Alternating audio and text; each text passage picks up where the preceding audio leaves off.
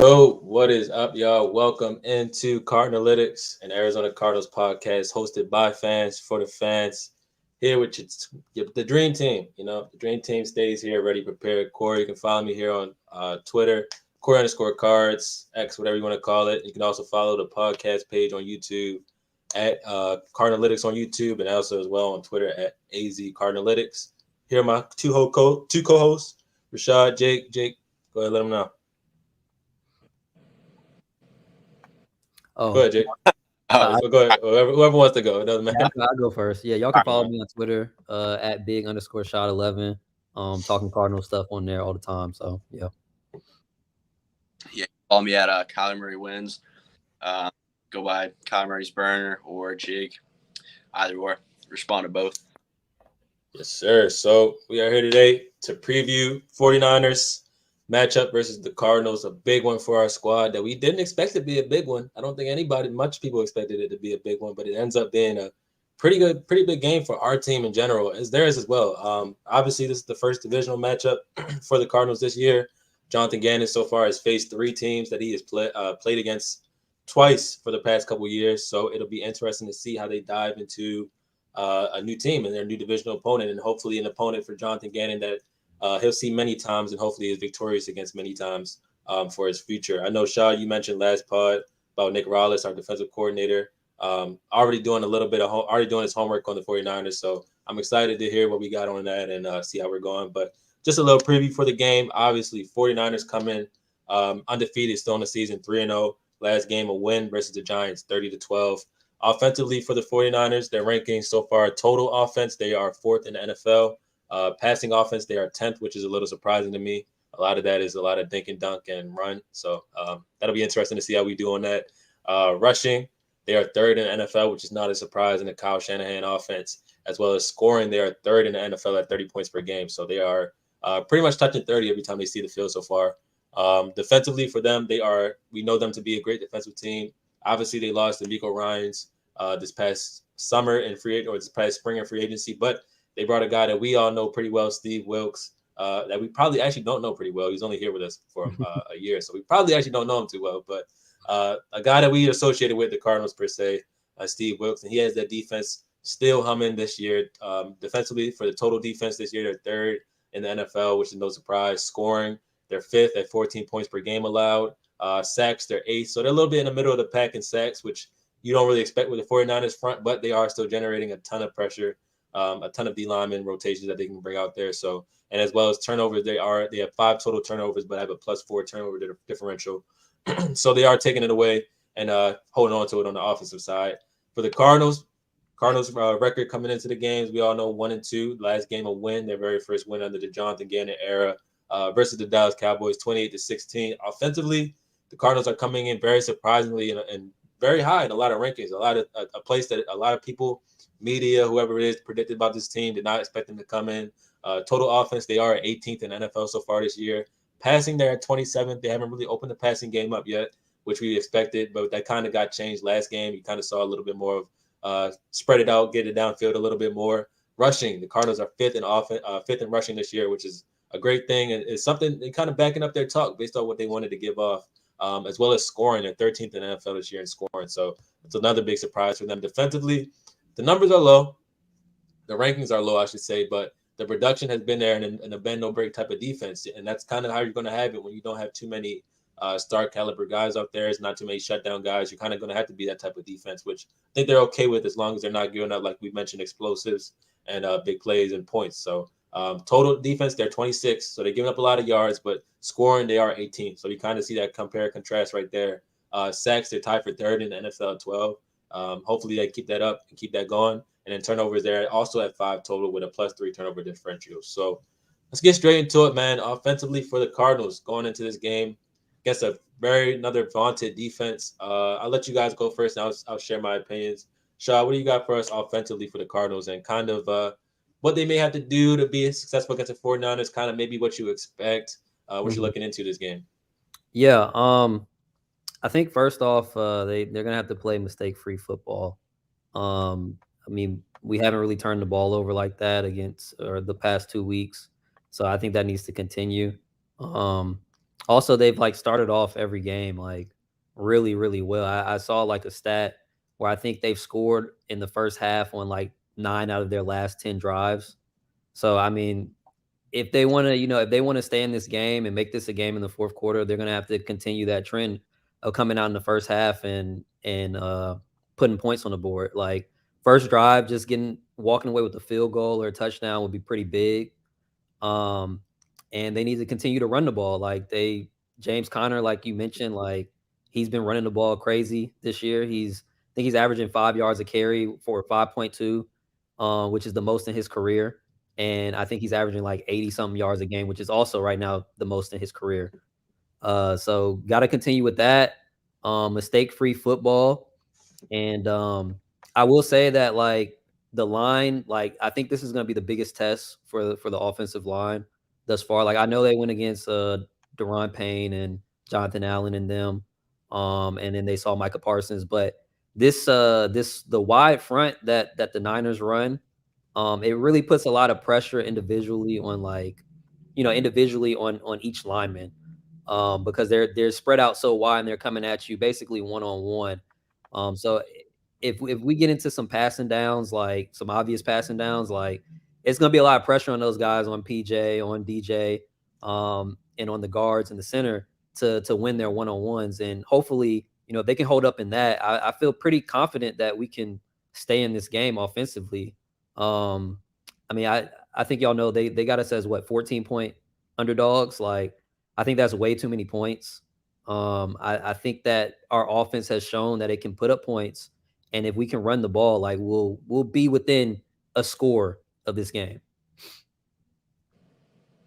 You can go ahead, Jake. Cool. Yeah.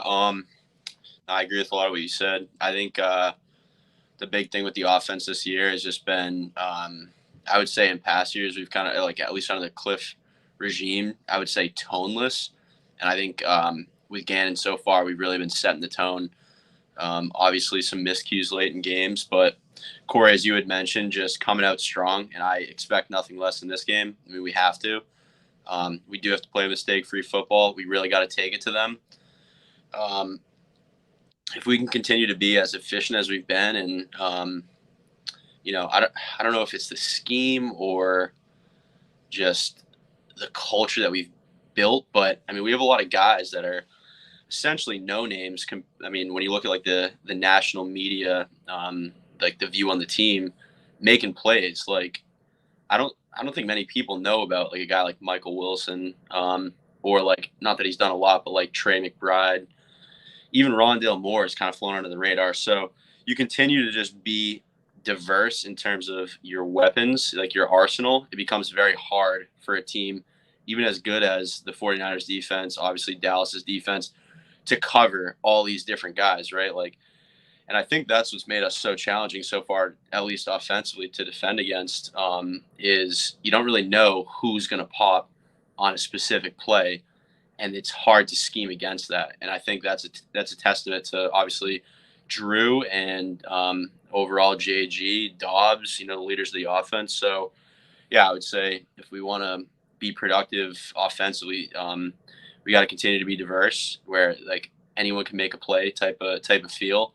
and we got to score. Obviously, like we got to put up a lot of points. This is, I think, this year, and especially against teams like this, like the Niners, like Dallas, we're gonna have to score, because that they're gonna score on us. So if the offense can keep up with the tempo of the game, I'm not worried. I'm really not worried at all. I think 14 points, like as far as like the betting lines go, is an absolute joke, super disrespectful. And I think in previous years too, with Cliff, like Cliff was so vanilla, so like he's just like a nice guy, right? Like just very like blasé, just like he didn't really have any bulletin board material. Whereas like I would always say, right, like I'm a Boston guy, so like you got that fire, right? Like I would be like, listen, like so and so disrespected us. Like Cliff should be pasting this all over the locker room, right, all over the building, and this should be bulletin board material that's getting these guys fired up, right? Like, I mean, you can even look into like Brady's mindset and like some of the stuff he's talked about in podcasts lately. Like he's looking for a reason to get pissed off at the other team, and I think to win games, like that's super important. So here we are with like a rivalry game, right? We've kind of had the Niners number for a while. And I think the team overall has been playing pissed off. And I think that's a testament to JG, right? Like there's that famous clip of him rolling up in his G-Wagon to the NFC Championship last year in Philly. And literally some Philly fans were in the parking lot and they like spotted JG rolling up. And they're like, coach, like whatever, like trying to get his attention. He literally rolls down his window. He says, we're going to fucking gut these guys. And it's like, that's sick, right? Like that's what I want out of a coach, out of the leader of the team. And I think that attitude is contagious. And I think the team, whether it be offense, defense, special teams, is rolling with that. So if our offense can keep that mentality, the fire in the gut, right? Like make fun of it, whatever. But if we can keep that up, I think we can go like blow for blow with this team. So that's all. Yeah, no, I completely agree with both of you all. Offensively, like you'll have to get. I don't know so much though. I do. The one thing I kind of do disagree on though is I don't know how much so like the points will have to be there. Like I think the points will be a very premium. We'll get to the defensive side of the ball. I do think there are ways that you can kind of affect Purdy to the point where if we mentioned like we mentioned last podcast about the tackling and the execution in that sense, you tackle these guys when they catch the ball and they don't get an extra 5-6 yards off of the run and catch, like that gets them off the field. That gets them off the field pretty quick. But like I said, we'll get to the defensive side. Offensively though, it is just I'm very interested to see like last week we thought at this point the team that we're about to play is a measuring stick team, and that was a team that's been as physical as possible. They've been one of the hardest defenses, their D-line, XYZ. And so much so that the Cardinals went out there and dominated that team in that sense. Like I'm very interested to see in a team that has a little bit more beef on each part of that defensive line. Like each guy isn't a Micah Parsons. Like Micah Parsons is a linebacker in sense, and he's playing the D-line. Each guy on the D-line is a defensive lineman or a defensive end or a defensive tackle. Like those guys, a little bit more heavier, you know. So I'm very interested to see who will win the battle of the trenches because I guess this new era Cardinals is all about that. Like it's all about up front at this point. So if we win up front, that gives us an opportunity to either continuously run the ball with James Conner because I don't think so much so. Like I read a stat about the Dallas defense. Like it's really good in the first level. That second level with Leighton Vander Esch and whoever their other linebacker is really bad. Like that they have been really bad. And that second level of defense, you see extra yards getting gained, so you can see kind of where that 20 yardage is. So if you get past that Dallas front line, then obviously you got a chance yourself to make it a big play. But this week it's not so much that. Like Fred Warner, Dre Greenlaw are elite players, probably the two best like a best linebacking core in the NFL. Maybe up there with Roquan and PQ in Baltimore. So like this is going to be a challenge of running the ball this week. I do think James Conner won't have his best game, but I do think if you're able to pound him for another 15 to 20 carries to keep them honest, it would play dividends because I do think that we'll see a lot of zone. I don't think we'll see a lot of man, especially not after last week, because you clearly see that we have guys that can, one, beat man coverage, two, get down the field on you. And so I don't think that you'll see a lot of man coverage because I think Steve Wilkes kind of trusts his linebackers to be smart. I think he kind of trusts his safeties to be smart. So they kind of will just, up front do their 4 or 5 man rushes, their linebacker loops, their stunts and games up front. And one thing I'm interested to see is you mentioned, Shad, about the wide 9 with them and the one-on-one matchups that could happen.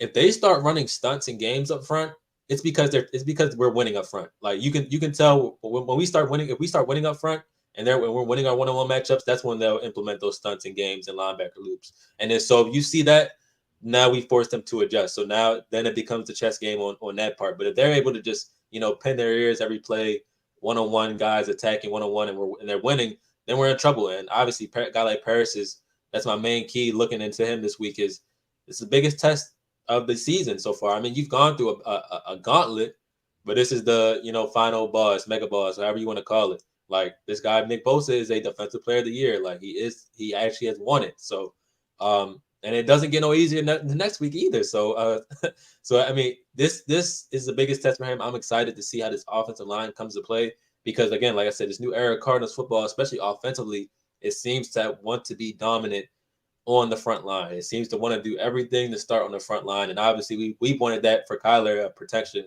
his entire career. So just to see that being valued is huge. And if they're able to take advantage of that and have success in that nature, this offense, it'll be It'll be play actions. If they're able to run the ball, it'll be play action over the top a bunch of times because Huafunga 29 and they'll start coming down and they'll start cheating up and their corners, Charvarius, however you want to say his name, he's really good. Ward, he's really good. But at the same time, like they have to get tested. If they're not getting tested, that's a problem. Like you have to go test these guys. So I'm excited to see, obviously, the front line. I think that'll be a big key is just how our offensive line handles that defensive line. And like I said, we start to see their defensive line start running different type of games, different type of stunts up front. That's kind of how we know we force them to make their next chess piece move. And then we'll see what Drew Petzing can move on from there. Drew Petzing has been really good so far. He finally improved on the second half Wolves. Let's see how you do against a game plan against a very good defensive front. Because again, this is a defensive front. We know Steve Wilkes to be a good defensive coordinator, but again, like that group was going to be good no matter what defensive coordinator was there, honestly, because they have the continuity, they have those star players there. So like it really isn't Steve Wilkes so much as you're going against talent this week. Like they're coached well, don't get me wrong, but you're going against talent this week, and this is a true test of talent. Like how can you beat talent? Does talent like work hard enough to beat execution and practicing and strategizing, or is the talent just going to rule the day? So to me, offensively, I just want to see. I think my main matchup to look at is Paris Johnson Jr. versus Nick Bosa whenever they get lined up with each other. And offensively, for us to have success, it's got to be stick to that ground game. Can you win up front? Because if you start losing up front, we haven't seen Josh Dobbs under pressure too much throughout the game. He was kind of like that against Washington, but other than that, he hasn't really been under pressure that much throughout the game. So it'll be exciting to see how he deals with that. But any key matchups offensively for you guys that you're looking at, or are you guys good to go straight into defense right now? I think you touched on it, like with EJ against Nick Bosa. Like these first couple of games have they've been hell for any rookie offensive lineman, or offensive tackle. Like you had Montez Sweat, Thibodeau, Parsons, now Nick Bosa. Like after this, like PJ, you might as well say he's gonna be a year vet after this game. Honestly, he's battled, but he's battled though, like you said. Go ahead, But Drew. also maybe I was gonna say also maybe an underrated one too might be the tight ends against those linebackers too. It was funny seeing them kind of go away from the tight end last week, but I think that was due to kind of that man coverage there. Yeah, go ahead. No, I didn't hate them going away from the tight ends, honestly. Like, them, but I think we have some explosive players at the skill position. So, we're trying to be explosive, right? Like pew pew, like that whole thing. So let's try at that. But no, I was going to highlight too the Paris Johnson matchup against Bosa. Well, obviously, press conference early in the year, off season, he was calling for those matchups. He wants it. Like he's a gamer. Like you saw him with the celebration after the block down field against Dallas. Like Paris Johnson's that guy, and I'm very excited to see him back up his talk. Really. Yeah, I agree. So we're all looking at Paris Johnson Jr. versus Nick Bosa. That's probably the main matchup that we're all looking for offensively. Switching over to the defensive side of the ball, it'll be a tough test. You're going against a guy in Kyle Shanahan. He definitely is a fraud to me. I don't give a fuck how y'all feel. He's a fraud. But overall, he's definitely a good play caller, a good schemer, and can definitely put guys in correct positions to be successful. We've seen him do that with his Mr. Irrelevant Brock Purdy. He's put Brock Purdy in the best positions possible to not be bad. So at the end of the day, and he puts McCaffrey in great positions. Kittle, Debo, Ayuk, who likely will be back this week after having a week and a half off. So it is definitely a big test, obviously offensively. Sure. I think the main thing that we kind of gathered, and Shaw, you told me about this last pod, and it is the tackling. Like this week, it is about tackling. If we're not doing tackling drills for 2 hours of practice this week, I would be upset because half the time the 49ers have their success is run after the catch. The yak yards are where they eat their money at. It doesn't matter what position, whether it be deep overs or deep end routes, screens, flat routes, check downs.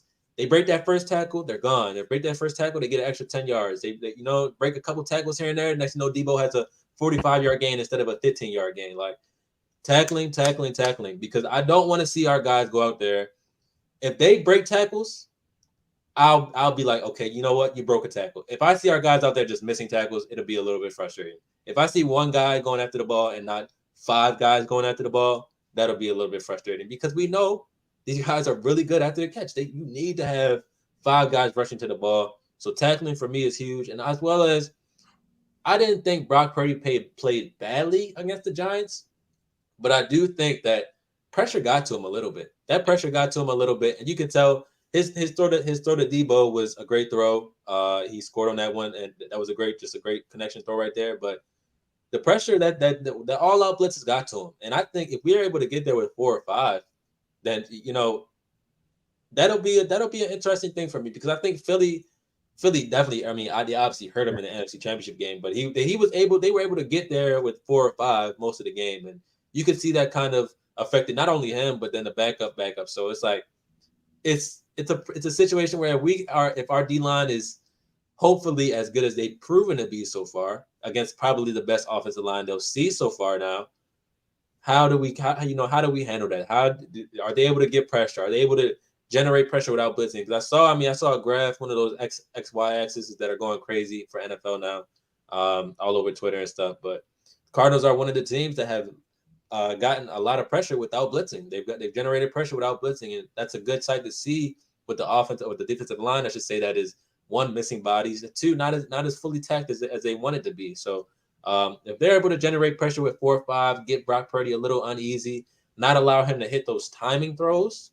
I think if he takes away those timing throws and we force him to make consistent scramble drill plays, he will make a mistake. I don't think he's a mistake-free type of guy. I think he's a guy that can make a mistake if you put him under pressure. So I'm excited to see what Nick Rallis, who we talked about, has been cooking up a defensive game plan against the 49ers for multiple months now. So I'm excited to see what they have for that, and if they can hold off this offense, because I think if we hold them under 28 points, 20 to around 25, 28, that gives us an opportunity to win the game. Like if they touch 30, I think that's a lot of asking for Josh Dobbs to score 30 points. But I think if they're in mid 20s to low 20s, you will have a game, and we will be in that game in the fourth quarter yet again. It will be about if we can finish that game off. But Shaw, what do you have for defense? What are you looking into for the matchup, and just what we can present for them as a challenge so far? Just kind of like rolling off of like what you just said right there. I mean, the Niners, they've scored exactly 30 points in every single one of their games. So like that's definitely the benchmark. Like if they get to 30, it's gonna be tough for us to win. But if we can hold them underneath 30, then yeah, we give ourselves a chance. I kind of share the same sentiments as you, especially about like the Niners offense. I mean, it's a lot of uh left and right, getting your players in space and then having them, create after the catch, break tackles, stuff like that. And I kind of feel like, we all know Christian McCaffrey, Debo, all their skill players that they have over there. We know they're deadly when they get the ball in their hands. But I agree with you in that like we need to kind of force Brock Purdy to play like off schedule. Like if we can consistently make tackles and consistently get them in obvious passing situations or third and longs, and having him forcing Purdy to push the ball vertically, opposed to the little dump offs to McCaffrey and Debo and whatnot, then that'll give us the best chance, I feel like, to win the game. As far as their offensive line, one thing I know, Corey, you're not really a fan of PFF, but one little nugget though that I saw, because I was comparing kind of like how their players have played, how their line is played versus how our line is played and whatnot. And I mean the right side of that offensive line looks sweet, like especially in pass protection, it looks sweet. Like their starting right guard had a 7 PFF rating in pass blocking, which I didn't even know. Like I didn't even know that was possible. Like a 7. I love it. So I mean, yeah, if we can get pressure with 4 or 5, like that'll be great. But I mean, I kind of expect Rallis to dial some stuff up to force Brock Purdy to make some mistakes, to force him to play a little bit off script. And Purdy's a good quarterback at when it comes to that offense that he runs. Like he has it on lock. Like he's going through his reads well, quick, and he's making the right reads. So like getting him off script, I think, is the most important thing. And aside from that, I mean, we know we got to stop the run, right? Like, I guess that should be number one before we can even get to the third downs and the passing situations. Like, we got to stop the run. And we know Shanahan is going to be creative when it comes to that. So that's gonna be a task. That's definitely gonna be a task. But Hey, it's a divisional game, and like I don't know about y'all, but like I don't really share the same sentiments about the Niners as the national media does because I mean, Jake, you kind of touched on it a little bit. Like we've seen our team have some success recently against this Niners team, even when we had to like, throw out Colt McCoy or we were without D Hop or whatever the case may be. Like when we had some adversity on our side, we've seen our team beat this Niners team. So I'm not necessarily scared against the Niners, scared against Kyle Shanahan and his system and this and that. I think the guys are going to be ready. I mean, it's a divisional game. We have guys on the team here from last year who beaten. We have guys who've beaten the Niners before, and we have guys here from last year when we lost. Obviously, we lost both games last year, but one of those games was I think it was like the last game of the season. Like David Blau. Pointless game. Yeah, it was a Yeah, it was a pointless pointless game in game. that Yeah, it was a year. pointless game. So, but I just think this game's gonna be a lot closer. And I think defensively, I do think that they're gonna show up to play. Yeah, to your points, I mean, 13-5 in the last 18 matchups against them. 13-5. Yeah. So that includes 2 wins with Josh Rosen. Come on. That includes, and yes, you feel me? They've won. I would say I think it was about 2-3 in the last 5, or 3-3 in the last 5 games. So or 3-3 in the last 6 games. So it's a little bit more even, but overall in the whole context, I mean 13-5 versus that team in the last couple games. And to your point about Brock Purdy like going down the field and stuff, and just him opening his arm up, it was hilarious to me to realize that his pass to Debo, his 40-yard air total yard pass, was the longest pass of his career. That is insane. His longest pass of his career, insane. He's only thrown a 40-yard air pass his whole entire career. So you're telling me when he has a 75-yard touchdown, it's a 5-yard pass and a 70-yard run? Like, we gotta force this guy to make a play down the field because I don't think his arm is that great. I really don't think his arm is that superb to the point where it's like that. But I mean, like it is what it is on top of it. But we gotta force this guy to definitely throw. But go ahead, Jake. Yeah, I think definitely from like defensive schematic standpoint, this is going to be a test for sure. But building off what Shad said, I totally agree. Like the Niners getting 14 the Cardinals Niners giving 14 is just like it's not even Vegas knows something that we don't. That's just a really, really bad line. And I think I bet, I mean, you could probably look into the stats, but I bet a lot of people will still take that line for the Niners, even after what happened, right? The national media is all about like, oh, last week was such a fluke. Like, it was like, you basically like couldn't even find a. What up? That's my boy right here. He He said already knows. Brock Purdy overrated, just plays for the Niners offense. So, dude, so true. I was gonna say, Daquan. I think honestly, if I was under center, like I might be decently efficient in that offense. So, me and my boys joke about that a lot. Just like really step in like any average Joe, and that's obviously the most loaded offense in the league. But yeah, kind of going back to what I was saying. Or actually, I'll touch on Purdy because I was planning to. He definitely made some poor throws in this game last week. And I think it kind of went under the radar because the Giants just weren't making plays, right? Like their offense came back and beat us, but it's not like their defense really played well at all. So Purdy, I don't mean to cut you off, but I think about that what you just mentioned about the he made some poor throws. sure. Then he throw a ball literally that tipped up in the air and what's name Bell just ran up under it and caught the ball. Like that could have literally been a pick for anybody else in the world, but for him it was a first down. Like it's like I don't know, he got like a horseshoe on up his ass or something like that so far. So I don't know what's going on. Yeah, I like that too. That's a horseshoe of the ass. That's a good one. But no, yeah, he's nothing special, right? Like he is quarterback. Like he is Kyle Shanahan's robotic man, like under center, basically. He's never gonna like beat you with his arm. He's not gonna beat you with his legs. He's just gonna utilize what he has around him. And I think the biggest thing, right? Like a lot of people will probably come into it being like, all right, like Marco, Keitrell, obviously JT, Kayvon Wallace, like got to step up, which obviously, yeah, they got to play well, but it starts with the run. Like we've seen Christian McCaffrey like a handful of times. I've seen him in person a couple of times against the Cards, like back in Carolina. And I think it's like he's definitely historically gashed us a few times, but I Yeah. also want to say there was a game that we really like limited him. So, but if you look at their I think last year we bottled him up when he was that's with Carolina. last year, yeah, right. Yeah. So it starts with him. So the reason why their offense is as efficient as it is, right, with a guy that like can't really throw the ball that well, is because Christian McCaffrey is averaging 5.9, right, basically 6 yards a carry, which is like historic pace. Um, although our guy's number 2 at 5.3, so I think that's just as important. But yeah, if you can, right, so like a key.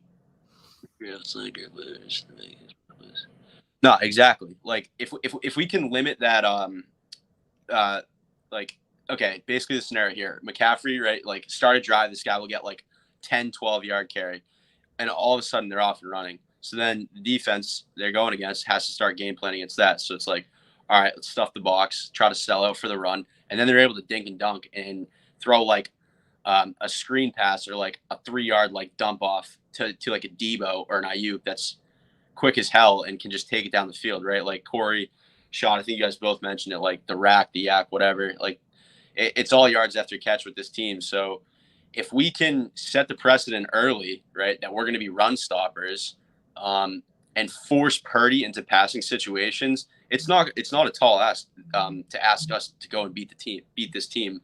But it really does start with not allowing them to establish the run early with like big 8 to 10 to 15 to 20 yard runs for McCaffrey, which pretty much opens up the entirety of that offensive arsenal that they have, and just exposes the hell out of the defense they're playing against. That's why they're averaging 30 points a game, right? So hone in on that early, set the precedent. You're not running on us. Force Purdy to start throwing the ball, and at that point, you got to rely on our guys in the secondary.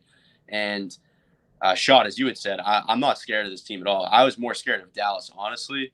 And I think it's hilarious that the national media, right, like people just don't watch our games, or they're still like buying into the fact that like Gannon sucks, like he's like this cornball, like Kyler Murray, everyone hates him. So like by the transitive property, they hate the Cardinals too.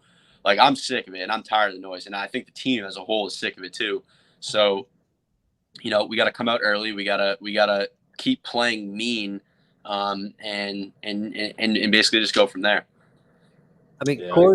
Corey, you mentioned it on the last podcast. Like, we don't know like when things are gonna not be good, but a lot of the things that we're doing offensively and defensively are very sustainable throughout the season.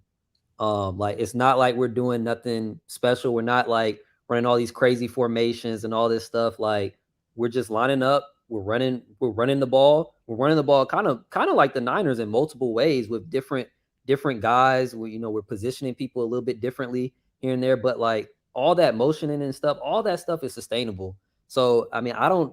You're right, Jake. I don't know what people think. Like I don't know what they obviously haven't been watching. But if they have been watching, like they would definitely think that we have a chance in this game. Yeah. I agree. I think to wrap us up, obviously we'll give maybe a little bit of score predictions, maybe so, but I kind of wanted to throw it out there, maybe a thought process just to think about it, because again, it's just it's in the vein of our hearts, like as Cardinals fans, like okay, something's gonna happen, but like what does this team look like if they do get punched in the mouth to start the game? They're down 10-0 within the first, 7.5, 8 minutes of the game. Offense so far, first 2 drives, 3 and outs, no success at all. 49ers down the field twice in a row, maybe settle for a field goal one time, had a touchdown the next time. What do we think this team looks like if they do end up getting punched in the mouth? Because again, I wouldn't consider the Giants game getting punched in the mouth. I would consider them being on the ropes until the very end, until they were knocked out. I would consider the Commanders game a hard-fought battle until they just couldn't hold on anymore. They got knocked out. But the Giants game, I mean, the Cowboys game so far, and at least every game so far, we have initiated the punch, and we punch each team in the mouth. So I'm very interested to see, and maybe we can see like maybe a what if right now if the team, how do we think this team will respond if they do end up getting punched in the mouth to start the game? Yeah.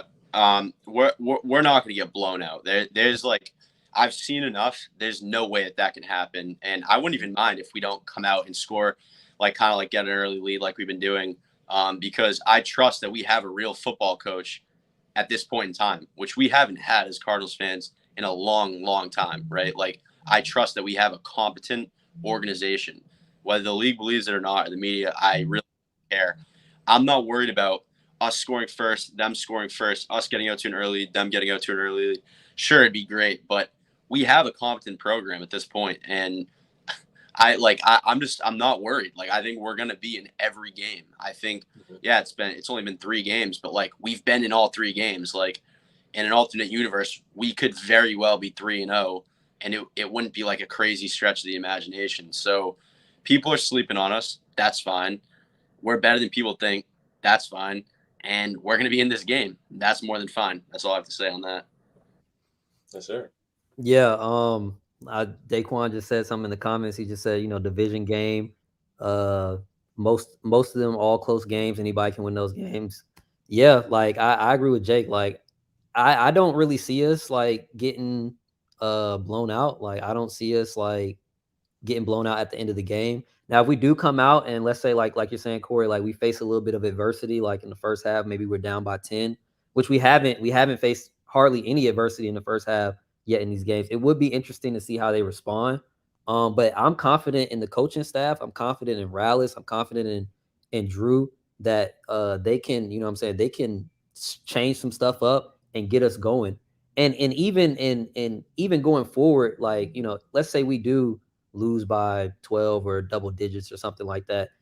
I think this team has bought into the coaching staff. They bought into the culture and what they're trying to accomplish. When you beat a team like the Cowboys at home, when they're ranked number 1 in the power rankings, or you're ranked number 32, like as a player, when you see that, you're like, okay, what we're doing, you trust the process. You trust what's going on in the locker room and what's going on in the organization. And I think regardless of what happens in this game, next game, I don't think they'll have a bad game because good coaches make sure that their teams don't have back-to-back bad games.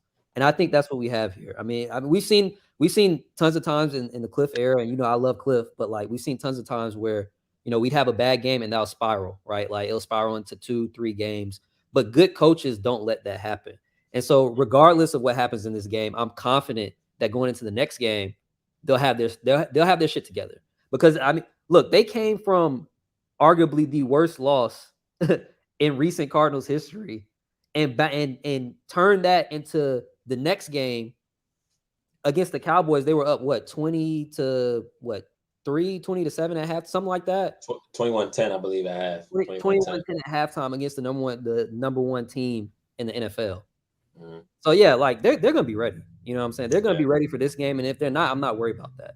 I'm worried about next game they'll be ready. Yeah, so. No, I share the same sentiments. I care more about us like being prepared. Like we mentioned, like I do think like Rallis and Petzing will have these guys prepared, and it's just such a refreshing thing for our coach to just worry about coaching, just worry about the head coaching things, the management of the team, where the team's head is at mentally, like the timeouts, the situational stuff. You worry about that. You let your coordinators worry about their side of the ball. And so far, we've seen that be successful, successful operation, I should say, for this team so far. Like Nick Rallis, you run the defense. Maybe JG's in his ear a little bit, giving him tips and tricks, but Petzing has been all offense. All the offense is Petzing. All the offense is Petzing and his crew. So I hope to see that at least continuing going forward. And for this game, I should say, it is so crucial that they're teaching more than expecting, because when you expect in this game, it'll be like, okay, well, now we have these expectations. We beat the Cowboys. We have to beat a team that is considered the same level as the Cowboys. Like, no, the teaching and the development should stay the same. And I feel like JG kind of has said that this week is just like, keep the main thing. Like, just keep it a steady pace, because again, like our season is, we have all Sunday games, no Monday, Tuesday, no Monday, Thursdays, or Saturdays. So like the process every week outside of the bye week is the same. Every week should be the same type of preparation process and doing that. And for a team with a bunch of young players playing, that's such a good, refreshing thing to see, because it won't always be like that in your career. You won't always have 3 days to get your body ready, another day to get your mind ready, and another day to get mental notes ready, and then go play a game. Some days it'll be you play on Thursday, you got 1 day to get your body ready, 2 days to get ready, and then if Thursday you're playing a game. So it's like this ability for us to gather each week and keep teaching, keep learning. That's the biggest thing that we want to see. We want to And again, it may result into a game where the 49ers are, cover that 14-point spread. And I think that, to me, that 14-point spread definitely is disrespectful, but it's definitely very trappy because a lot of people just saw us beat the Cowboys. So I would not be surprised if a lot of people are on that 14 plus 14. But just like it'll probably be a lot of people on the plus 14 and a lot of people on a teaser for the 49ers would like win by 7 or 8 or something like that. So, but overall, I just want to see the teachings. I just want to make sure that we see guys continuing to learn. Guys, if they're getting beat, don't take them out of the game. Just things like that, because that's kind of how you build a culture. That's how you develop players. That's how you get players' minds right, because they realize that if I mess up, I mess up because it's on my fault. What do I have to do? What do I have to learn to get better at it? And I'm going back out there next drive and I'm doing my best to do that. So I agree with y'all though. I don't think I was just throwing out the scenario. I don't think we're going to get blown out either. I do think that we'll have a chance to deliver the first punch, and I do think this is a team, and just because it's a divisional game, that they will take us a little bit seriously than the Cowboys. The Cowboys, I'm not gonna say they didn't take us seriously, but I will say that they came into the game a little loose foot, and we took advantage of that. So like this game, they're gonna come out there because it is a divisional game, because the 49ers have a chance to put us in an 0-1 hole in the division, and because we actually won a game. So now if we beat them, we're right behind them in one game standings. We're at technically a half game behind them because we're 1-0 against them in the division. So like this is a huge, huge game for both sides, both parties. More so for the 49ers to back up their talk about the team that they've been. But it is a huge game for the Cardinals and a lot of Cardinals fans to back up the talk that we felt about our team so far and what we've shown. So what are we looking at score prediction wise? I think I gotta let Jake go first, right? We Yeah. have to let Jake go first. I have to hear the optimism because I don't know if I'm being on the same side as you. But I had to hear Jake first. What do you got for score prediction for this game? No, as I said last week too, I like that. I'm glad that we're all not just like fanboys. Wouldn't make for an entertaining pod or a constructive one. So, yeah, I'm just gonna come out and say I really do love our chances in the game. I love what we have going. I love the mentality. I love the culture. I think things are on the up and up for this team. Uh, I, I think we're due for some sacks. I think it was kind of light last week, just two.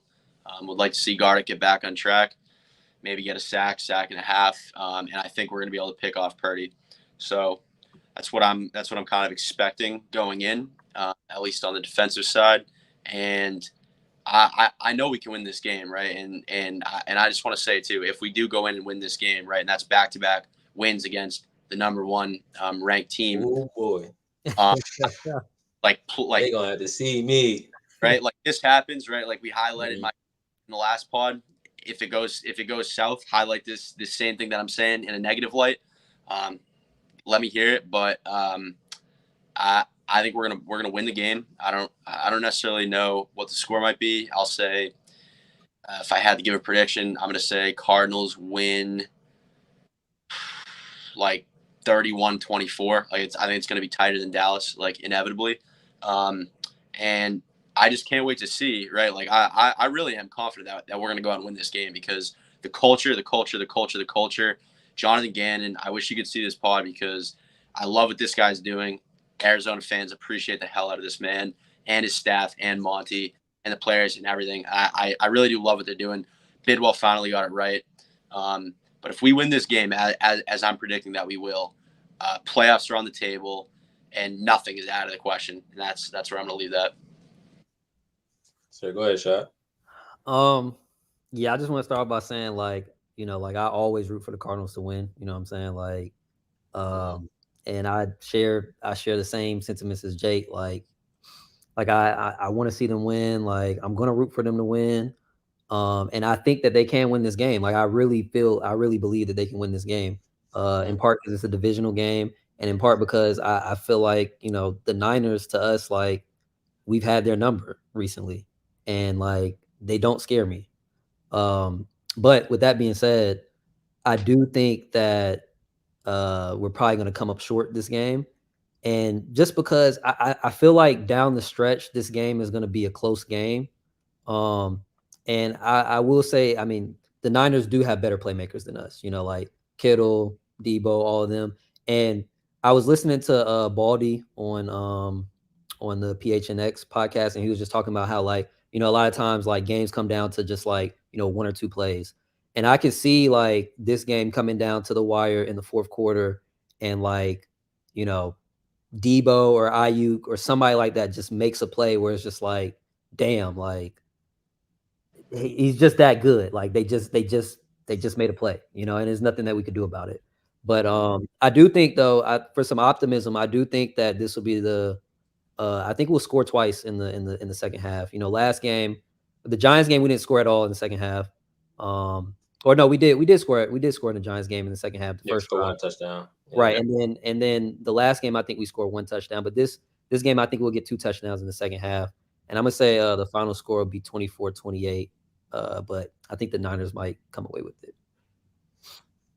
Yeah. I ain't gonna lie. If the Cardinals win this game, like they gonna have to be put into the Super Bowl contender category, obviously, right? Yep. That's just me. I mean, I don't know. Like, is that just me? Is that just my saying? Because I mean, obviously Fun. they beat the two of the three teams that people consider the only three teams that are good in the NFC. And if they beat them on the road after beating the first team pretty handily at the crib, it's a lot of things that just, it's a lot of people gonna have to weigh a lot of decisions about what they think about some of these teams. A lot of people gonna have to say, what it will be, what it end up being. Nobody will consider the Cardinals really a good good team or a playoff team. They'll consider the 49ers not as good. They'll consider the Cowboys not as good. And they'll have that whole week deciding, like, why did the 49ers, why did they lay an egg? Why did they do this? Like, we win this game, it's no more laying eggs from teams. I don't want to hear about teams laying eggs because clearly we're going out there and beating them. I am going to say, though, that I do think the 49ers are going to win the game, but I have it a little bit more close. I think I have them winning on like a last-minute field goal type of situation where they kind of like we mentioned, the game is close in the fourth quarter, and they kind of have those little extra runs in the fourth quarter to get them down, and they say we have the lead, and we have it maybe 24-20. I say we have the lead, like 24-23. They go field goal, make it 26-24. I think and real close to that, but I do think we do. I think we cover. I do think we go 4-0 ATS. And I'm telling you, I think we told you on the very first part, or maybe the second part, is that this team will be an ATS darling throughout the season. So get on them while you can. If they have a good showing this week, the lines will shrinking even more, and you might even see a chance for some of these games where the Cardinals actually turn into the favorite. They're not a favorite in any game so far yet, but a good showing this week against the 49ers. I think a lot of lines and a lot of thoughts will change about the team, but I do have the 49ers winning 26-24. Not because they're good, just because our team is just not as good as theirs. But when our team has a couple of talent, if we had Kyler Murray, obviously I'd be picking us to win this game because the 49ers are frauds. And even if you beat us on Sunday, anybody that's listening to this shit, even if the 49ers beat us on Sunday, you will crash and burn in the playoffs. You do it every year. So just get ready for that. That's all I'm going to say. Hey, I call them the Fraudy Niners. There you go. I do. There you go. More like, the crash out kings. The crash out kings. The 49ers, the crash out kings. Holy shit, I hate that team so much. I hope we get this win. But anything else y'all fellas got to say before we head out today? Nah, real quick, I just had one question, and it's kind of random. But is Majay coming off of IR soon? Yep. Was he on IR? Yeah, he was. Okay. I think he started on PUP actually, so he's eligible to come off. Okay. Yeah, they're mad. We'll see. We'll see on Monday. Obviously, I think Monday, obviously, a big decision for a lot of players, including one too. So we'll have our pod on Monday. Obviously, we'll break it down. We'll recap the game, and then we'll also talk about possibly who's coming off a PUP that day, and see if Kyler Murray is inching closer to that return. And the Cardinals win this game before we get him. I mean, he should be all full go once week 6, week 7 hits, because now expectations definitely do change. Regardless of what was on your roster, you're winning games. Expectations change. When you win games, expectations change. And so he should be, full go ahead. And Josh Dobbs, you're giving us enough time. But when one's back and one is ready to go, you got to throw him in there. And even so, maybe we'll get into this on Monday. If they put Kyler Murray out there, he doesn't maybe play as well, or he kind of still a little bit hurt. If they go back to Dobbs, does that kill anybody's confidence in the team? XYZ. We'll break that all down because we kind of do want to give a little bit of a Kyler versus Dobbs contrast comparison, kind of what we get, and then kind of give that to y'all as well. So we'll probably do that on Monday for our recap pod. But like I said, anything else you guys had to say before we head out? Yeah, I mean, kind of going off that too, I would say I think it's been interesting how Gannon's kept the Kyler stuff really close to the vest. So I'm not really sure where he's at in terms of his timetable. Obviously, like ACL is very different from person to person. But I think if we do go out and win this game, like he's got to get back, Buddha's got to get back like ASAP. Or even if we play him close, right, and come up a little short, like I think that the plan should remain the same, right? Like we got something here, he's got to get back, Buddha's got to get back, and I would expect to see Monty maybe like bring someone else in if it like comes out, that like we actually have a team this year, right now. So that could be interesting too. Again, Seattle caught lightning in a bottle last year. We saw them. Yeah. Everybody literally said they would be our team this year. They caught lightning in a bottle and they took off with it. The schedule wasn't as hard because we did play, I believe, the AFC West. So they only played the Chiefs once, but then they got to play the Broncos, Chargers, and Raiders. So, but at the same time, like caught lightning in the bottle and they took off on their season. And so we hope to have that. We hope for a win on Sunday. And obviously, handle business, do what we do.